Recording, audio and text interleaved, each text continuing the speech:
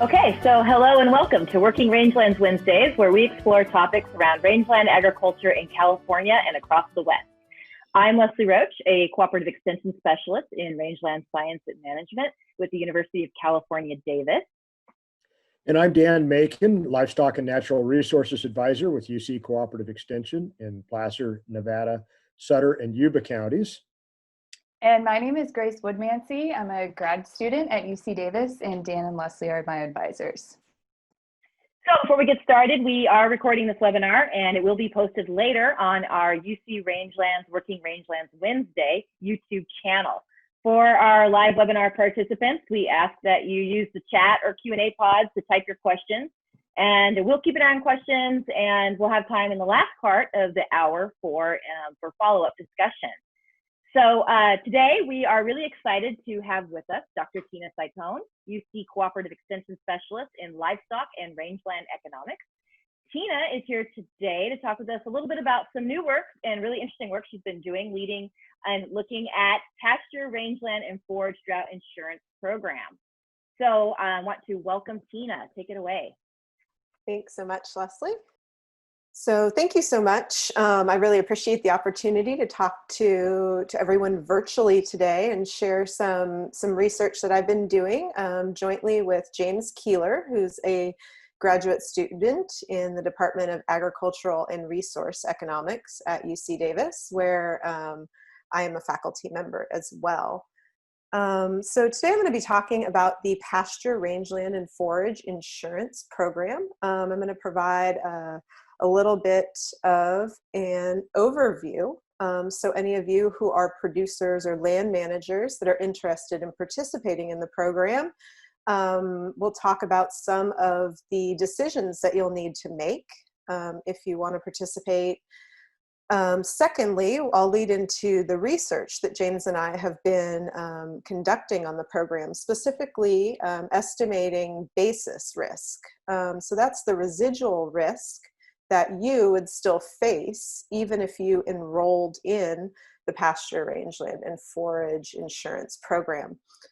Throughout the webinar, I'll probably revert to referring to this program as PRF Insurance. So just to kind of make you aware of that, it's a really long name, and so I often divert inadvertently to the acronym. So as any of you are probably well aware, agricultural production is fraught with risk. And chief among those risks is weather-related risk. We know that agricultural producers who are reliant on rangeland are some of the most vulnerable to those weather-related risks because they are dependent upon rainfall and other weather-related factors to grow forage. We know rainfall is a key input to forage production, and forage production and a way in which to not rely on outside forage or purchased forage is a major predictor of operational sustainability and profitability. So the most sustainable and profitable operations are typically those that do not have to purchase hay or other supplemental feed. So we also know from the literature and emerging science on climate change that we need to expect that the weather will be increasingly variable. And although we have warming predicted, we know that we will see increasing interannual and intra-annual weather events. These could reduce soil moisture in general and compromise the quality and quantity of forage, as well as the reliability of forage production. So just a brief overview from the Drought Monitor, considering the area of the state of California in different drought classifications from 2000 to 2016. And so you can see that nearly 100% of the state has reached abnormally dry, if not moderately dry conditions over the 17 years essentially shown on this slide. And so I think all of us are well aware that the state and probably the world is becoming drier on average as a result of weather-related climate factors. Some of the work by Dan and Leslie looked into producers' proactive and reactive strategies for drought. And I just wanted to call to your attention some of the most popular reactive strategies include reducing herd size and purchasing feed. And so if we think about using the Pasture, Rangeland, and Forage Insurance Program, we could think about using indemnity payments from that program to purchase feed and or to maintain a herd size by having additional resources in order to purchase supplemental feed during times of drought. So just a brief overview. Livestock producers in California and the whole contiguous 48 states can purchase insurance to mitigate forage production risk. So this is a insurance program developed by the United States Department of Agriculture's Risk Management Agency, or RMA. So I also want to point out that this is not part of the Farm Service Agency or FSA disaster assistance programs. So you can participate in PRF insurance, and if there is a disaster, that does not preclude you from accessing those FSA disaster assistance programs. So PRF insurance is an index-based insurance program. And what that means is you are going to, as a producer that has opted in, will receive an indemnity payment when precipitation in a given area, which we'll talk about in a minute, how those areas are defined, is less than the historical normal. And I want to be very clear that these precipitation levels are coming directly from the weather stations maintained by the National Oceanic and Atmospheric Administration. So these are NOAA weather stations. They do not take into account any type of weather stations or rain gauges or anything of that sort that are on your property specifically. One of the benefits and the curses of index-based insurance is there are no producer outcomes taken into account for insurance. It is all done at the 10,000 foot level, if you will, based on an index of precipitation. So a lot of research, both in the US and in developing countries as well, has suggested that index insurance can act as an adaptation strategy for drought, with the goal of the insurance being to mitigate risk. And so as an economist, when I say mitigate risk, what does that really mean on the ground? That means that we try and create a program that is going to redistribute losses from bad years to good years. So allowing your operation to essentially smooth income, okay? And so what we hope that that allows you to do is, in times of inadequate forage availability, that indemnity payments will allow you to purchase supplemental feed, as opposed to having to increase your culling rate. So we go back to those drought management reactive strategies that we saw. Increasing culling was definitely at the top of the list. And if a drought is widespread over a large geographic area or very severe, we would anticipate that there are market effects, right? So if we increase the supply of cattle that are being culled, we're going to see prices fall, right? If that's a very widespread phenomenon. And so the hope of insurance in general is that you wouldn't have to increase your culling rate and then suffer those market effects. Another benefit of index-based insurance is precip, or rainfall, is an easily observable exogenous indicator of forage production. And so exogenous is essentially outside, can't be manipulated, right? And the ideal index should be highly correlated with the outcome that you're trying to ensure. So we're trying to ensure for adequate forage production. So our hope is that rainfall is highly correlated with that outcome. One thing I want to note is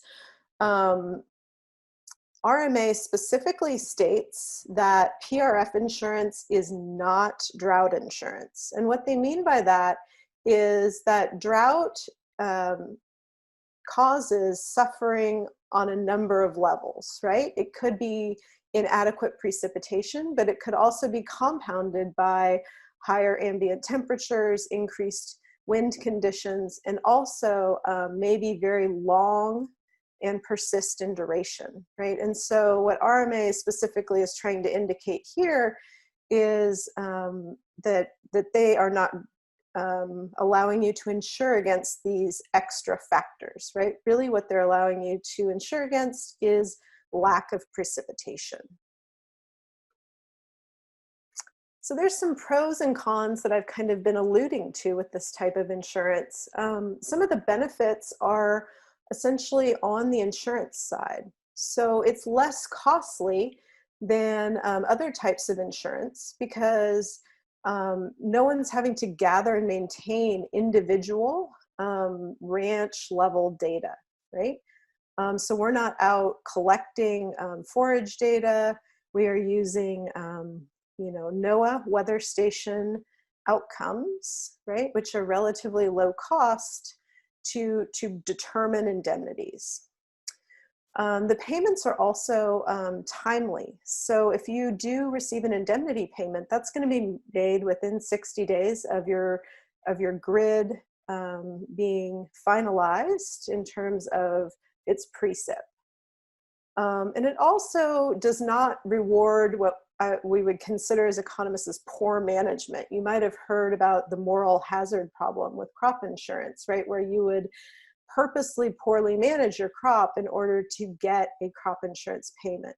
So index insurance mitigates that facet of insurance because rainfall is exogenous, right? You cannot change the level of precip by changing your management strategy. So the potential drawbacks of index insurance, the main one that I'm going to talk about today is what we call basis risk. And so as I alluded to earlier, that's the amount of uninsured risk that you still have even though you are participating in the program. So it may be the case that forage production on your ranch is not well correlated with that rainfall index. And in that case, you may have a year where you have inadequate forage, but do not receive any indemnity payments, right? And so that's what we would call a false negative. And so we know rainfall is only one of the components needed to grow forage, right? We need temperatures to be adequate. We need enough growing degree days. We need soil temps to be high enough to grow forage. So rainfall is only one component of forage production. And so it's possible that it's not well correlated with growing conditions at your operational location. So let's talk about a little bit of PRF participation. So the program actually began in 2007 and was only piloted in 7 states. Those 7 states did not include California. They were in the Midwest. It's only become available in California since 2011. And so this table that you see on the screen shows you each year that it's been available in California. It shows you the acres that were insured in the program in millions for both the US first and then California second. So as an example, in 2018, the most recent RMA summary of business indicates that in California, 3.12 million acres were insured in the PRF program. And so where are those acres? So in order to maintain a degree of anonymity, RMA reports acreage at the county level. So here you can see all the counties in California, and the more acres that are insured in a given county, the darker the color. So if you see gray counties or white counties, that does not mean that there were 0 acres insured. It just means that there was an insufficient number of insurees, so individuals, to have RMA publish those statistics because of anonymity concerns. But you can see that there's certainly a concentration of acres in Kern County, and then also in the northern part of the state. So let's talk a little bit about the decisions that you as a producer or land manager would have to make if you were going to use the PRF insurance program. So a lot of producers that I've talked to about this program indicate that it is overwhelming to deal with, and that there are a lot of decisions that they have to make, and they don't feel very informed or comfortable about those decisions. And one thing I want to point out is it is a complex program, and it's supposed to be complex in order to allow producers from all the way in the West in California to make decisions that were representative of their operation. At the same time, a producer in Florida or in New York or in the Midwest could make a different set of decisions and hopefully provide insurance outcomes as well. So it's complex to facilitate flexibility to have this be rolled out on a national scale. So first, let's talk about land use. So in order for you to participate in PRF insurance, we need to have grazing or land that you are going to hay that is not planted annually. So if you have a crop that you're planting annually, there's a separate program for that. It's not to say that you can't get insurance through RMA. It's just simply not through PRF. You also cannot get PRF insurance if the land you're trying to insure is prohibited from grazing for some reason. So that may be because it's enrolled in a USDA-based program like Conservation Reserve Program or Wetland Reserve Program, or because you have an easement that specifically prohibits grazing. The value of the activity that you elect to insure, so either grazing or hay, which hay could be irrigated or non-irrigated, is dictated by the county in which you're insuring. So RMA for every county across the United States has what we call a county base value that's calculated based on county-specific factors that will determine the value of either the forage or the hay coming off of pastures and rangelands in that county. Those are going to vary, in some cases, quite widely across the state, from a minimum of about $12.14 an acre to almost $50 an acre. So you'll want to be cognizant when you're enrolling in PRF insurance to take into account the value stipulated by RMA for your county. So second, grid location. So you'll see in this map on the right-hand side, this gridded network, or these boxes that are delineated across the state. So these are called grids, and rainfall is going to be measured in each grid. So these grids are laid out on 25 degrees latitude by 25 degrees longitude. And at the equator, that is roughly 17 miles by 17 miles, right? And so that's going to also vary in size based on the roundness of the Earth's surface. And so you'll also see blue dots on the map on the right-hand side. Those are NOAA weather stations. So those are the weather stations that are going to determine the precipitation in the various grids. So every grid is going to rely on 4 NOAA weather stations.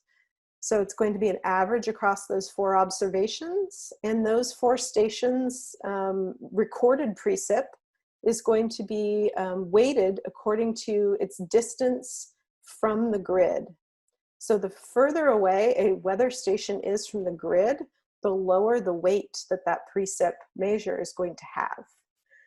But you'll also notice on the map that the weather stations are not randomly distributed, right? So some areas may have more weather station observations than other areas, and that could affect the precipitation readings in the grid that you're trying to ensure. So your ranch's grid location is going to be based on a point that you want to select as a producer. So that point needs to be within the boundary of your insured acreage. So let's say you want to insure a 1,000-acre pasture or an area of rangeland that's all contiguous. You could choose a point anywhere in that 1,000-acre area. And that may vary. That point that you select could be in a different grid or in a different county. And both of those things might affect both your county base value and the precipitation average that your grid is going to be compared to. So let's talk about a producer here who wants to insure 100 acres. So this producer has 100 acres and it is wholly contained in grid 1. So this producer would have to ensure that 100 acres only in grid 1, has no options available. But more commonly, a 100-acre area may be split across different grids. And so here we have a 100-acre area that's split between grids 2 and grids 4. And in that case, the producer has a few options available. They could insure all 100 acres in grid 2. They could insure all 100 acres in grid 4, or they could split their acreage across the 2 grids. So for example, 50 acres in grid 2, 50 acres in grid 4. Another example would be a producer who has 100 acres in total, 25 of it being irrigated hay, and the other 75 being grazing land.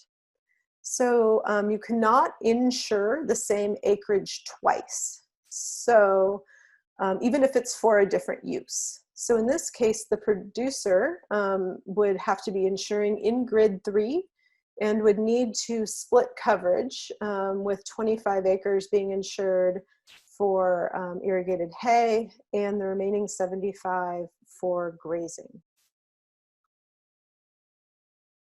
So moving on to the third of the 5 producer decisions, the productivity factor.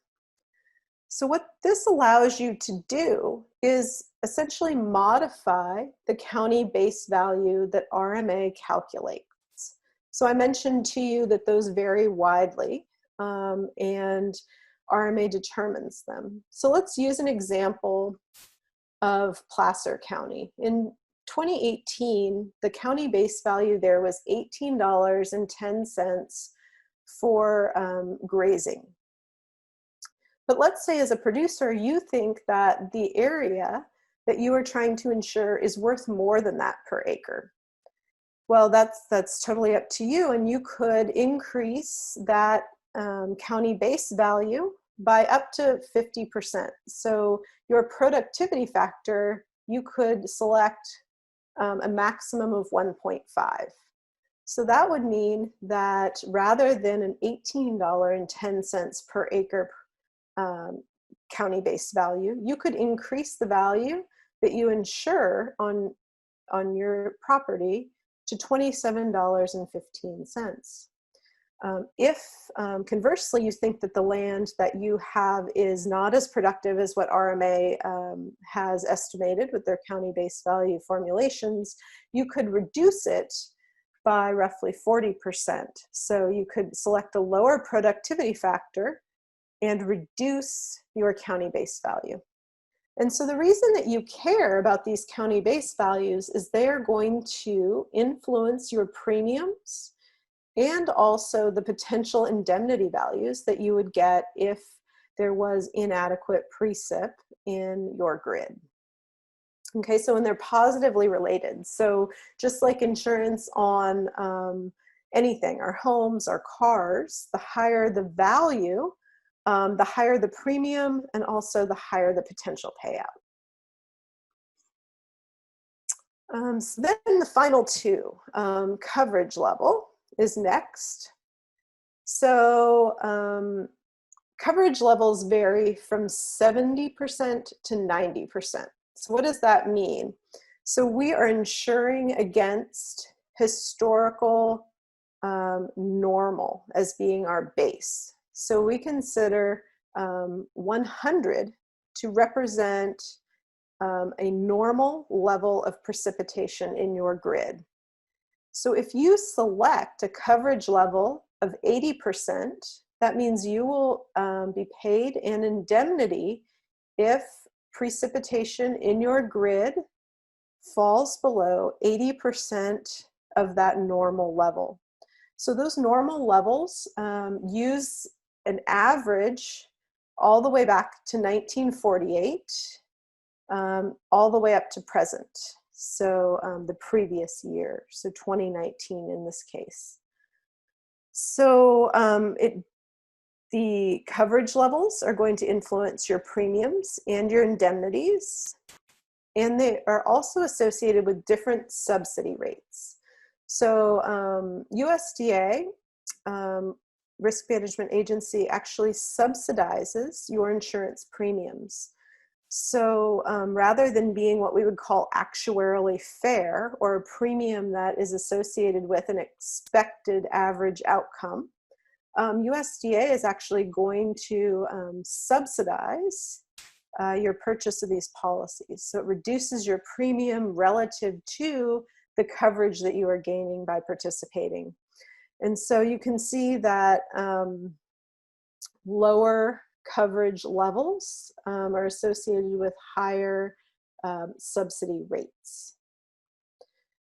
So let's think a little bit about what producers in the recent past have been doing. So in 2018, you can see that I've developed a table that uses coverage rates as the rows and delineates the total acres insured in millions, the average acres per policy, and the premium subsidy across the columns. So as an example, the 85% coverage rate is by far the most common selected among producers in California. A total of 2.55 million acres was insured at that coverage level in 2018. And the average policy size in acres was about 6,300 acres. The USDA premium subsidy at that coverage rate is 55%. So let's talk very quickly about loss ratios, because if you're interested in insuring, those might be of interest to you. So I've calculated two. They're averages across the entire state for a given coverage level. The first is just the straight loss ratio. That is indemnities divided by premiums. So that means for every $1 of premium you pay, you get what's in that loss ratio column. So at the 70% coverage level, if you paid $1 in premium, you would get $1.36 back in indemnity on average. Okay, so more important for you as a producer is to consider the farmer loss ratio. So that's the indemnity divided by your actual out-of-pocket premium. So the premium minus the subsidy USDA is going to give you.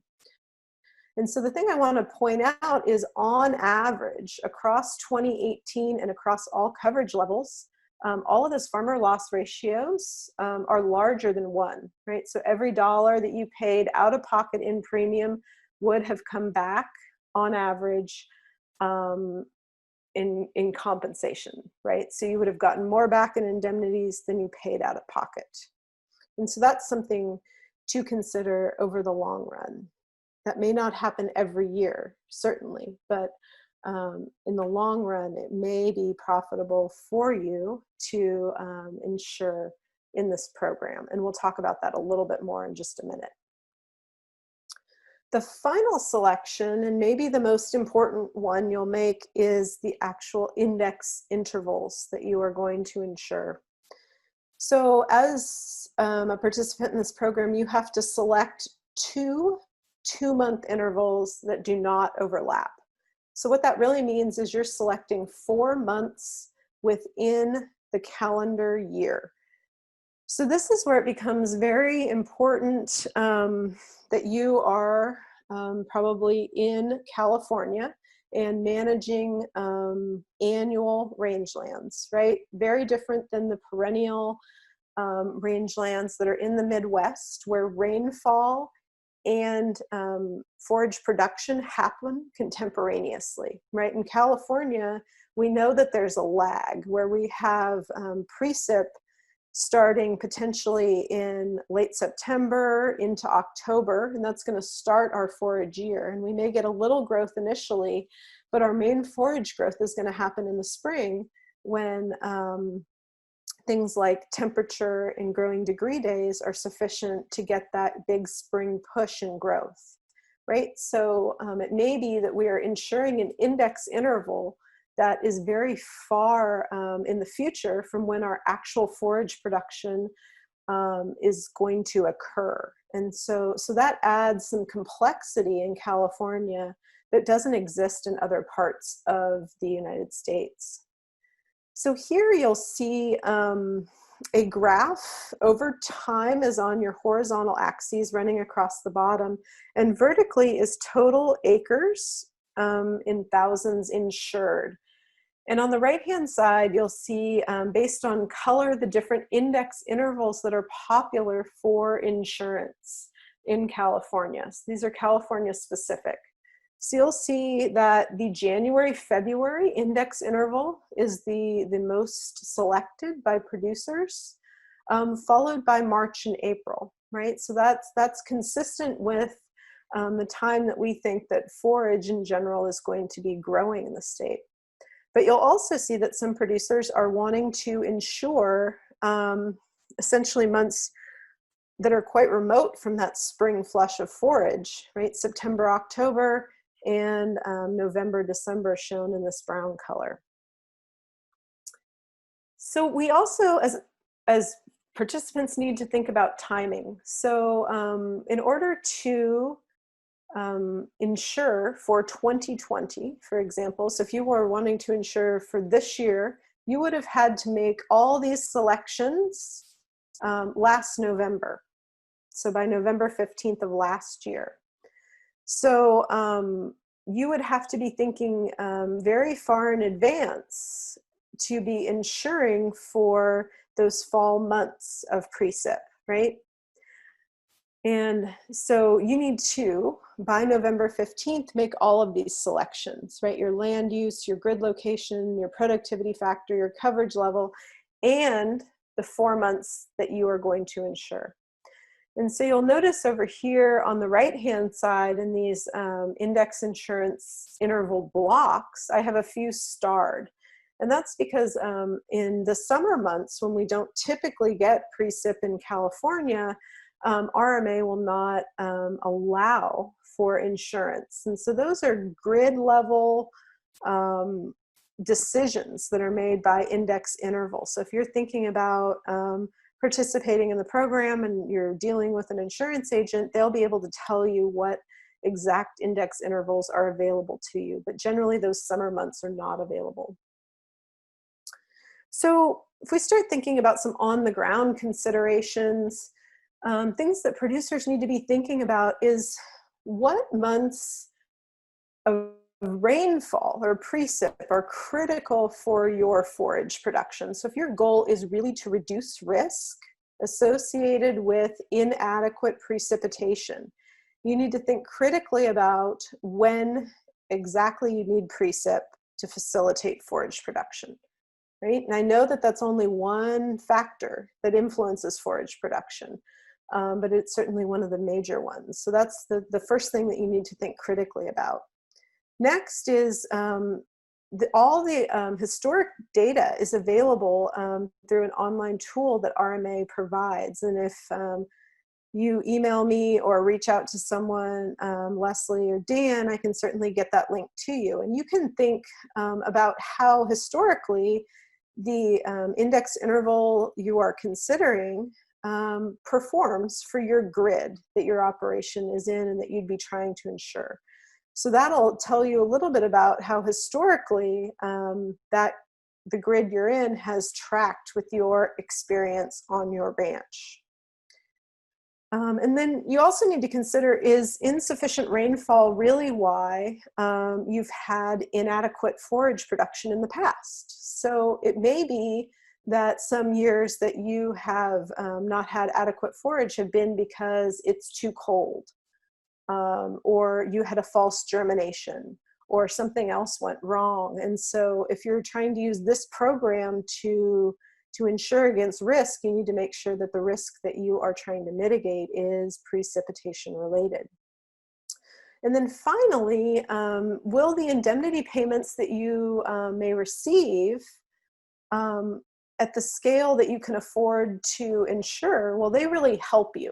So at the end of the day, the indemnity payments that you might receive, how much longer is that going to allow you to keep your given herd, right? Or how much hay will that buy you, and how much time will that buy you, right, in a drought conditions? So going back a little bit to this piece, how well does the index track in your grids? That's directly related to this question of basis risk.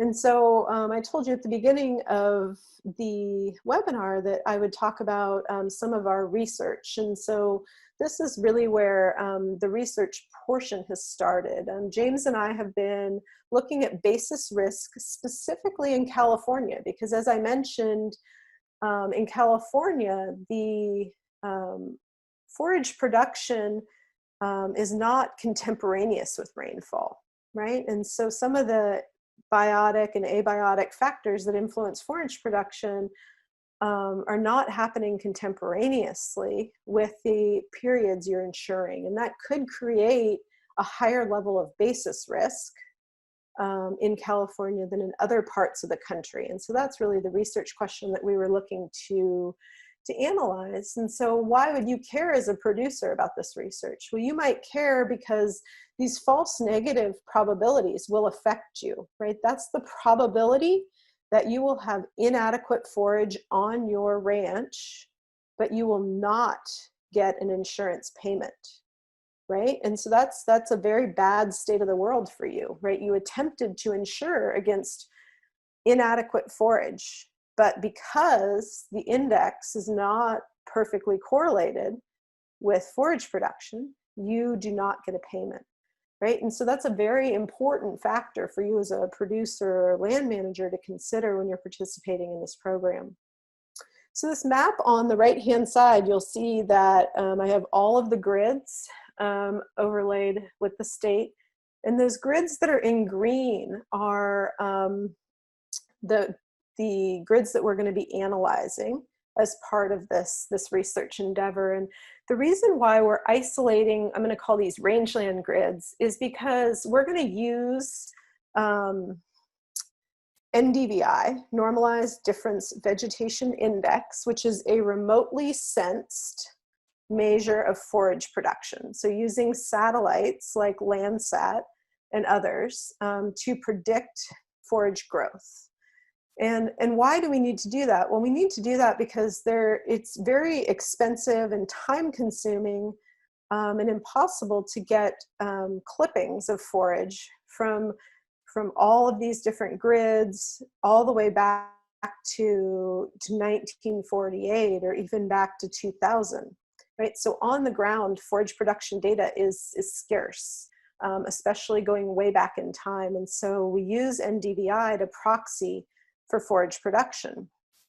It does pretty well, but it does have some limitations, right? So for example, in heavily forested areas on the North Coast, all the satellites see are trees, right? Can't see for the canopy cover, can't see the forage production underneath. And so that's not going to be a good area. We also want to eliminate areas like the Central Valley that are heavily cropped, and also urban areas. So we confine ourselves to these green grids here, which have the majority of the area contained in that grid to be what we would define as rangelands. And so that might be oak woodlands, that might be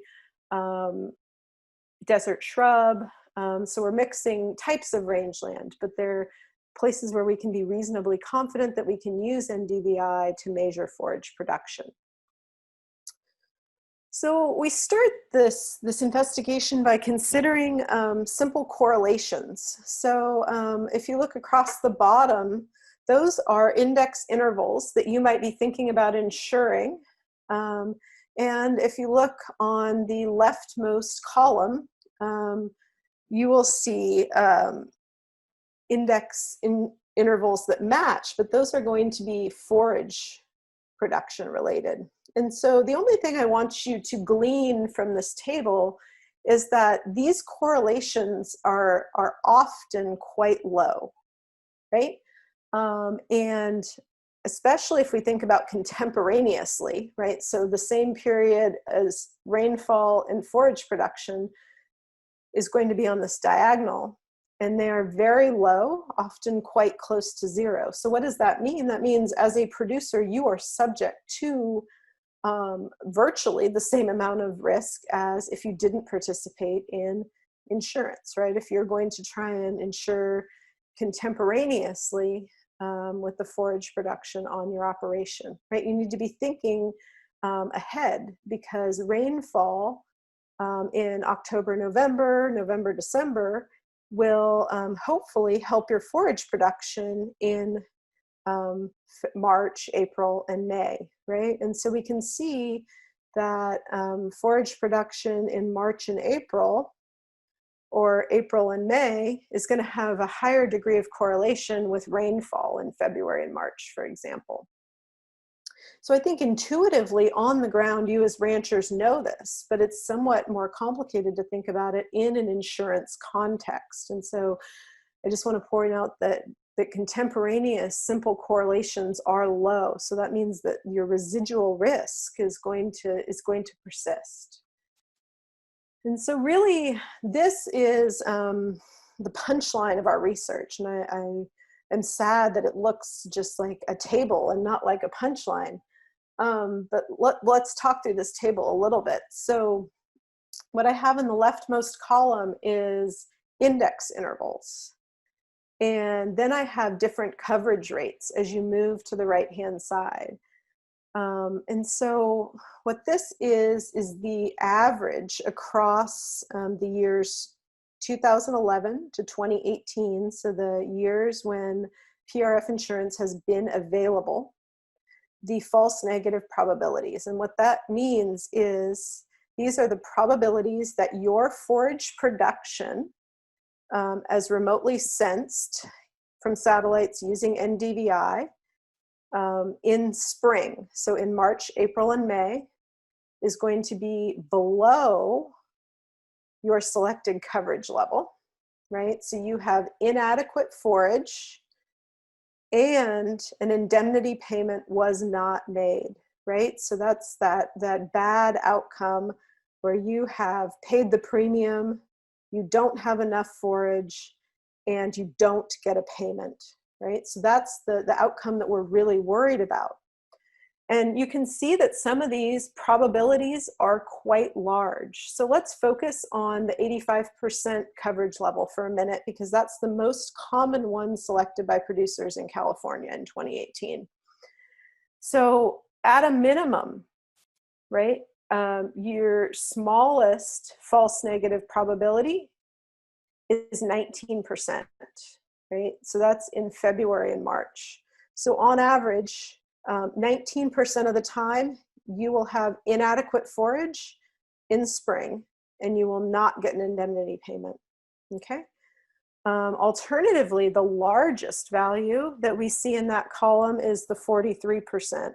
So if you insure April and May at an 85% coverage level, 43% of the time, your spring forage will be inadequate and you will not get an indemnity payment. Okay, so those are things that you need to be cognizant of. Even though this insurance is subsidized, the thing you need to recognize is it may not reduce your forage production risk. Okay, and why is that the case? So here I'm going to show you, this is a plot of rainfall index values along the axes at the bottom, right? So what does that mean? 1 is 100% or normal.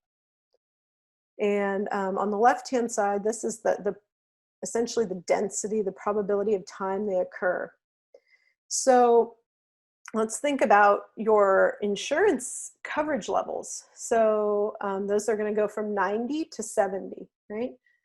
On average, your index interval value across the rangeland grids we're considering is 0.9, right? So on average, we're very close to that top end of coverage level.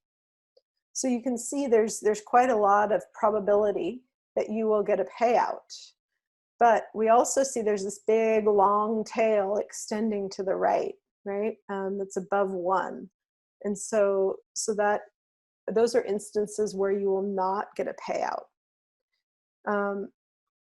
Compare that to our forage measure, right? And so I've purposely scaled this graph on the bottom that looks at NDVI so that the normal levels or the ones line up, right? And you can see that forage production is much more densely packed and looks a lot more like a normal distribution, right? So you can see that your forage production, although it's going to vary some, does not vary to the degree that rainfall does. And so that's one of the reasons that rainfall or precipitation is not highly correlated with forage and creates these instances where you have a lot of residual risk or basis risk.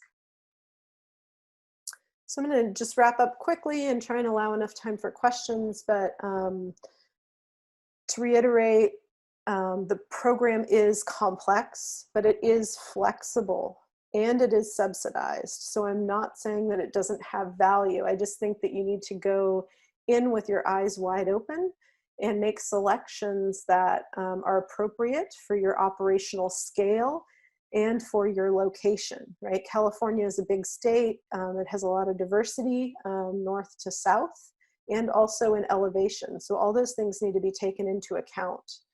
All of those differences mean that rainfall, the rainfall index is often poorly correlated with forage production, which leads to a high level of basis risk or residual risk. So you can't think about this insurance as completely eliminating your forage production risk. You need to be eyes wide open about the amount that it can mitigate your risk exposure. And so one thing I will do at the very conclusion here is make a plug for my website, which is livestockecon.ucdavis.edu, where a lot of this research and other research that I'm conducting right now is available. And you can also link me through UC Rangelands and find out about our collaborative work there as well. So thank you. Great. Thank you so much, Tina. It's a lot of really helpful information presented there. I have just a few questions for you to kind of wrap things up. The first has to do with a couple questions we got about land type and ownership. So just to clarify, does your land have to be classified as range, so the cells highlighted in green on the map that you presented, in order to be insured? No, so let me clarify. That's a good question. So the cells in green were simply for the feasibility of our research and using remote sensing. So any grid in the state can have land in it that is insurable. So it is just that our research on basis risk is relevant for those green areas. But anywhere in the state, anywhere in the contiguous US actually can be insured, because there are a lot of smaller scale pastures that could certainly be in a lot of those white grids, but they are insurable. Got it. That makes sense. So then kind of going off of that, both public and private range can be insured through this program? Yes, so you just have to have a formal written lease agreement that you're willing to share with RMA to document that you have a vested interest in the land that you don't actually own. So you can insure leased land. Okay, perfect. And then you kind of touched on this second question, but this came from someone who is familiar with some of the restrictions with crop insurance for small or more diverse farming operations. And they were wondering if there were similar restrictions for small or more diverse ranching operations. Without context on what those restrictions might be, it's hard for me to answer. So there are restrictions that I mentioned in terms of you can't, insure land for grazing that is prohibited from grazing. Participation in some USDA programs will eliminate your ability to insure.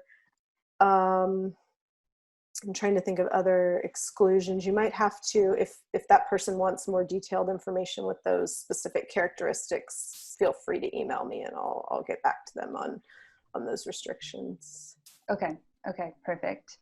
And then one final question for you. For grids that have limited or no NOAA stations, are other models such as DayMet used to estimate precip in that case?